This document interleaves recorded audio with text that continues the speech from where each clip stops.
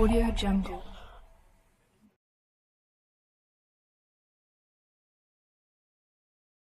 Bismillahirrahmanirrahim. Assalamualaikum warahmatullahi wabarakatuh. Alhamdulillah. Alhamdulillahilladzi ahyana ba'da ma amatana wa ilaihi nusyur. Asyhadu an la ilaha illallah wahdahu la syarika lah wa asyhadu anna Muhammadan abduhu wa rasuluhu la nabiyya ba'da. Qala Allah Ta'ala fil kitabil karim, a'udzubillahi minasyaitonir rajim. Bismillahirrahmanirrahim. Ya ayyuhalladzina ittaqullaha haqqa tuqatih wa la tamutunna illa wa antum muslimun. Qala aidan inna a'tainaka al-kautsar fasholli li rabbika wanhar inna syani'aka huwal abtar. Shadaqallahul azim. Hadirin sidang jemaah subuh yang insyaallah dimuliakan Allah. Puji dan syukur senantiasa kita panjatkan kepada Allah, Tuhan yang menggenggam jiwa manusia pada saat mati dan tidurnya, melepaskan sebagian yang masih dikehendaki sampai batas waktu yang dirahasiakan. Tetapi ketika sudah sampai waktunya, la yasta'khiruna sa'atan wa la yastaqdimun. Salawat dan taslim kita aturkan kepada Nabiullah Muhammad sallallahu alaihi wasallam, Nabi yang menjadi suri teladan, menjadi panutan kita, yang insya Allah ketika kita maksimalkan mengikuti sunnahnya, kita sangat berpeluang untuk mendapatkan ridha dan kasih sayang Allah dan mendapatkan pengampunan dosa dari Allah. Qul in kuntum tuhibbunallah fattabi'uni yuhibbukumullah wa yaghfir lakum dzunubakum.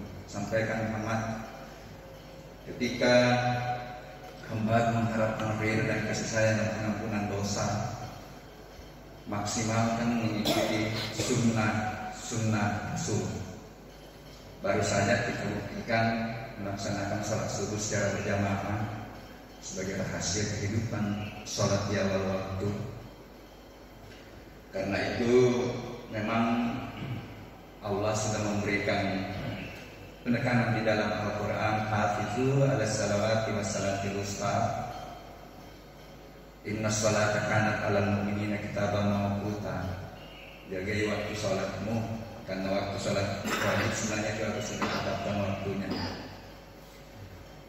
Hadirin sidang jemaah subuh yang insyaallah dimuliakan Allah,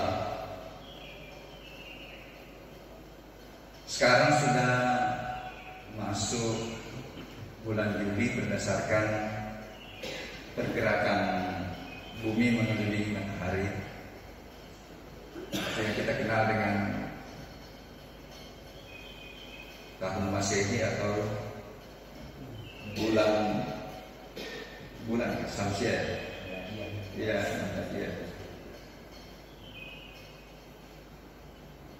Sudah tanggal pendaftaran, tanggal bertepatan dengan 21 Zulqa'dah.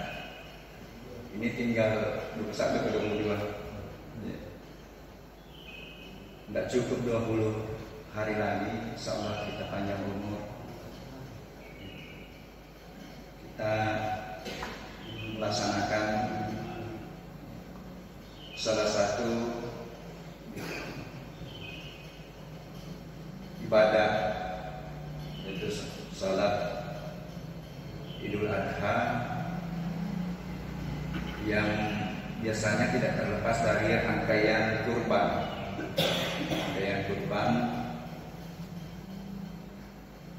dan merupakan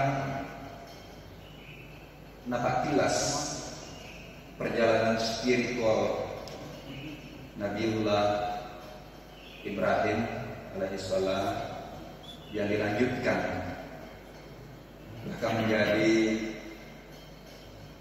salah satu rukun Islam, yaitu ibadah haji.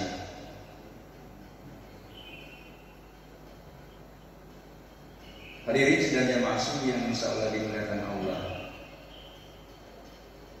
pembelajaran dari Nabiullah Ibrahim yang akan menjadi tema kita pada kesempatan yang berharga ini. Yang pertama adalah proses pencarian Tuhan Nabi Ibrahim yang diawali dengan bagaimana bertuhan dengan rasional dalam tanda petik.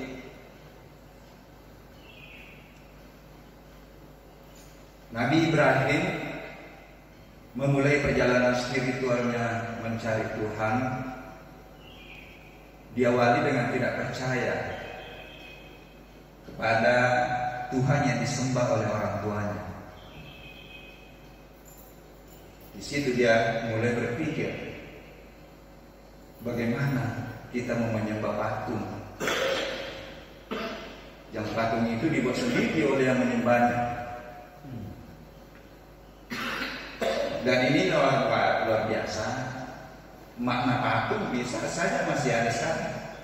Karena patung itu dianggap bahwa itulah yang memberikan kebahagiaan, itu yang akan memberikan pertolongan, yang itulah yang akan mengantarkan kemuliaan.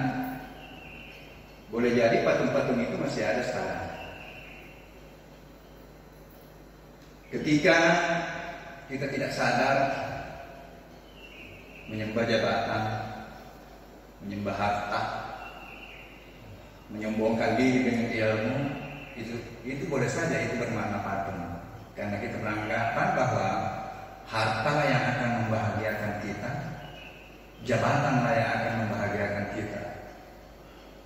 Di luar biasa terbukti sekarang banyak saudara-saudara kita yang mungkin tidak tertanam di dalam jiwanya bahwa jabatan itu adalah amanah, jabatan adalah jalan untuk merebut kemuliaan.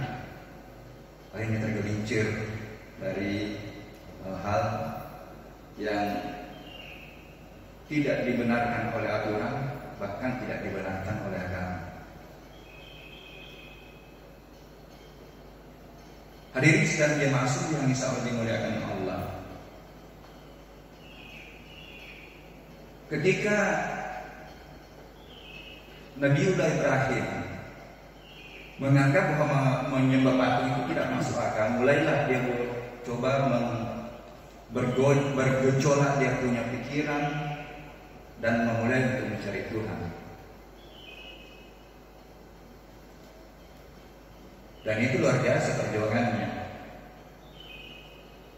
Dan puncak perjuangannya ketika mau dibakar. Dan di situ mulai sangat rasional. Kita sering dengar bahwa yang pertama dilakukan itu kan menghancurkan patung. Menghancurkan patung. Karena rasionalnya sudah berjalan di situ bahwa tidak mungkin patung akan menolong karena dibuat oleh yang menyembahnya. Dan pada saat dia menghancurkan patung, jalan juga rasionalnya di situ untuk mempersiapkan pertanyaan yang bisa mengantar nanti jawaban itu bisa mengantar orang bisa berenung. Dia sisa patung yang paling besar, kemudian dia kasih pegang itu apa dulu. Ya. Sehingga ya masyarakat dari dia pada saat itu marah dan dilaporkan kepada bapaknya. Katanya ada anak muda yang kemarin di sini yang selalu menentang penyembahan patung. Itulah Ibrahim. Akhirnya dipanggil, ditanya siapa yang menghancurkan patung ini. Beliau menjawab, tanya itu patung yang paling besar itu dia pegang kapan. Akhirnya jawaban dari yang penyembahnya ini ya, pemilihnya pada saat itu, bagaimana caranya katanya mau ditanya, dia tidak bisa bicara, tidak bisa ngomong. Akhirnya dari jawaban itu kan muncul lagi, sudah muncul renungan. Kalau begitu kenapa disembah? Nah ini luar biasa. Kenapa disembah? Dia tidak bisa memberikan apa-apa. Tetapi waktu itu kan tetap dapat hukuman, dibakar atas perintah ayahnya, kumpulkan kayu bakar, kita bakar Ibrahim. Tetapi Allah menunjukkan kemahakuasaannya. Innama arada syai'un an yaqula lahu kun fayakun. Qulna ya naru kuni bardan wa salaman ala Ibrahim. Disinilah ketika Allah berkehendak, gugur rasionalitas di situ. Ini yang kita coba sorakan sekarang, karena sudah banyak fakta-fakta yang tidak irasional, yang tidak terkadang orang, termasuk kita ini, sulit untuk menerimanya, karena sudah terpola pikiran kita dengan rasionalitas dan empirisme yang sudah dipola oleh Barat kurang lebih 500 tahun.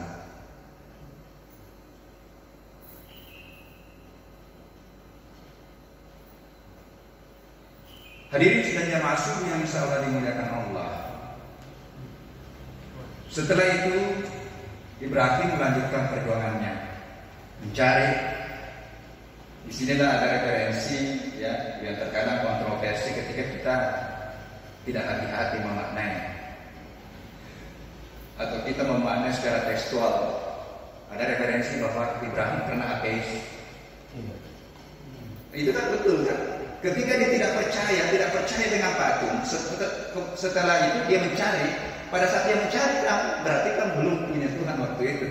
Tetapi dia yakin bahwa ada Tuhan yang Maha Kuasa. Berarti ada jeda, dan sampai ditemukanlah Tuhan yang sebenarnya. Dan ini menarik juga pelajaran yang kita dapat, bahwa beriman itu tidak hanya cukup kita mengatakan bahwa saya beriman.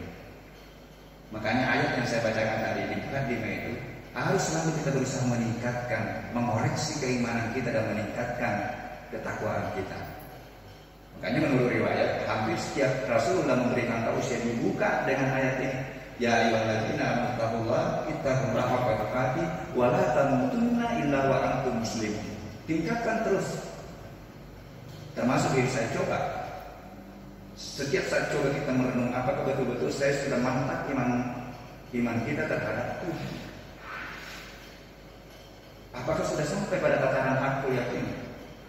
Ketika Allah memperkenalkan dirinya Maha Melihat, apakah betul-betul kita terapkan dalam kehidupan ini bahwa Allah melihat, Maha Melihat, yang bisa mengeliminir kegiatan-kegiatan yang tidak diridhoinya?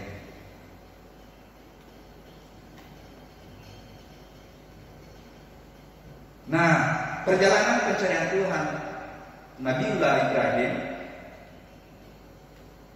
ketika dia melihat matahari, dia katakan inilah Tuhan ini, karena inilah yang memancarkan cahaya. Bahkan kalau kita pelajari dari sisi alur kehidupan di permukaan bumi ini, memang awal kehidupan itu berasal dari matahari, karena cahaya matahari lah yang ditangkap oleh tanaman sehingga dia bisa berfotosintesis menghasilkan bahan organik, dan itulah kehidupan. Tidak ada yang bisa hidup tanpa adanya tanaman, karena hanya tanaman yang bisa membentuk diri. Tetapi ketika dia hilang pada sore hari, berada bukan ini Tuhan. Tuhanku tidak hilang, bukan ini yang dicari. Malam juga kelihatan bulan, dia inilah Tuhan. Ketika dia hilang, dia katakan bahwa ini bukan Tuhan, karena Tuhan yang Maha Kuasa, yang Maha Besar, dia tidak hilang, dia abadi. Meskipun setelah dia mencari dan akhirnya dia pencarian Tuhan dia temukanlah dengan menemukan sifat-sifatnya di dalam makhluknya, kemudian mendapat sinyal kalbu atau sinar hati pada Tuhan. Akhirnya mencapailah tingkatan keyakinan yang paling tinggi, hakul yakin. Dengan mimpinya dia sangat yakini bahwa mimpi ini dari Tuhan, akan diperintahkan untuk mengorbankan putra satu-satunya. Ini kalau tidak aku yakin, ini kan tidak masuk rasio ini. Masa anak kita mau dikorbankan, anak satu-satunya lamanya lagi ditunggu-tunggu. Tetapi sudah aku yakin. Dengan mimpinya pun dia percaya. Dan ini juga bahan pembelajaran saat-saat ini. Saya katakan begini, doa yang selalu kita baca pada saat kita bangun tidur. Alhamdulillahilladzi ahyana ba'da ma amatana wa la nusyur. Tanda kesyukuran kita boleh jadi bukan hanya karena dikembalikan nyawa kita, dikembalikan setelah digenggam oleh Allah. Boleh jadi kita bersyukur karena kita mendapatkan pembelajaran pada saat kita tidur. Mimpi bisa menjadi sumber inspirasi. Mungkin ada masalah berat yang kita hadapi, tetapi kita diajarkan oleh Allah pada saat kita tidur. Tapi mimpi juga ada tingkatan-tingkatannya. Ada juga hanya di tempat tidur. Disinilah disunatkan, diharapkan banyak membaca. Kalau perlu bacaan-bacaan selawat, bacaan-bacaan zikir itu yang mengantar tidur kita. Ini pembelajaran juga. Insya Allah. Ini kan Allah yang menggenggam. Bisa saja kita dibawa ke suatu tempat untuk mendapatkan pembelajaran dan kita syukuri setelah kita balik pada pagi hari. Ini renungan saya. Nah, hadirin sidang jamaah subuh yang insya Allah dimuliakan Allah. Perintah untuk mengorbankan putranya. Ya bunayya inni arabil manami anni asbahuka fanzur ma zada. Wahai anakku, sesungguhnya aku bermimpi bahwa aku menyembelihmu, maka pikirlah karena bagaimana pendapatmu. Ini pembelajaran juga bagi kita ini anak-anak, bagi kita ini ya, bayangkan diminta pertimbangan aku mimpi, sampaikan apa jawabannya? Ya abatif al ma tu'maru satajiduni insyaallah minas sabirin. Ini luar biasa tantangan sekarang. Bahkan mungkin sederhana saja kita sampaikan kepada anak kita, sudah luar biasa jawabannya. Ini menjadi pembelajaran. Jadi sebenarnya luar biasa ini pembelajaran dari Nabiullah Ibrahim, baik pribadinya, bagaimana di kalangan keluarganya, bagaimana keturunannya, sehingga menjadilah contoh. Jadi di dalam Al-Quran itu dua, Rasulullah dan Ibrahim itu memang menjadi diabadikan di dalam ayat menjadi suri teladan. Bahkan di dalam salawat selalu kan nyambung, kita sambungkan salawat kepada Rasulullah dan salawat kepada Nabiullah Ibrahim. Nah, disinilah awal dari pengorbanan. Sini juga saya merenung bahwa manusia itu dua kali terikat dengan pengorbanan. Yang pertama pada saat akikah, ini luar biasa sekarang juga sudah diungkap. Akikah sebenarnya salah satunya untuk menghilangkan sifat-sifat hewannya kita, karena otak kita ini memang sudah ada dua otak hewannya, ada otak reptil, ada otak mamalia. Di depan saja di sini otak manusia, prefrontal, yang menerima pengetahuan. Rupanya Dr. Aisyah Dahlan itu membahas rupanya ada kaitannya orang yang diakikah dengan perilakunya. Orang yang banyak terjerat dengan narkoba dan kehidupan sosial yang melanggar norma-norma agama, itu umumnya tidak diakikah oleh orang tua. Ya ini luar biasa. Kemudian yang kedua, kita terikat pengorbanan setiap tahun. Tapi yang pertama tadi itu yang diwajibkan adalah orang tua kita kan. Yang kedua ini setiap tahun kita berarti kita semua ya. Mari usahakan. Jangan-jangan ada yang sudah mampu dan pura-pura tidak mampu. Ya, itu sudah perintah itu. Dan bukan dagingnya yang Allah harapkan, tapi bentuk keimanan dekat dan ketakwaan kita. Sekali lagi yang tahu kita mampu atau tidak kan diri kita. Tapi jangan pura-pura tidak mampu, karena ini adalah perintah. Saya kira itu mungkin menjadi pembelajaran, bahan renungan pada pagi hari ini, pada subuh hari ini. Mudah-mudahan ada manfaatnya. Mohon maaf atas segala kekurangannya. Wabillahi taufiq wal hidayah. Assalamualaikum warahmatullahi wabarakatuh.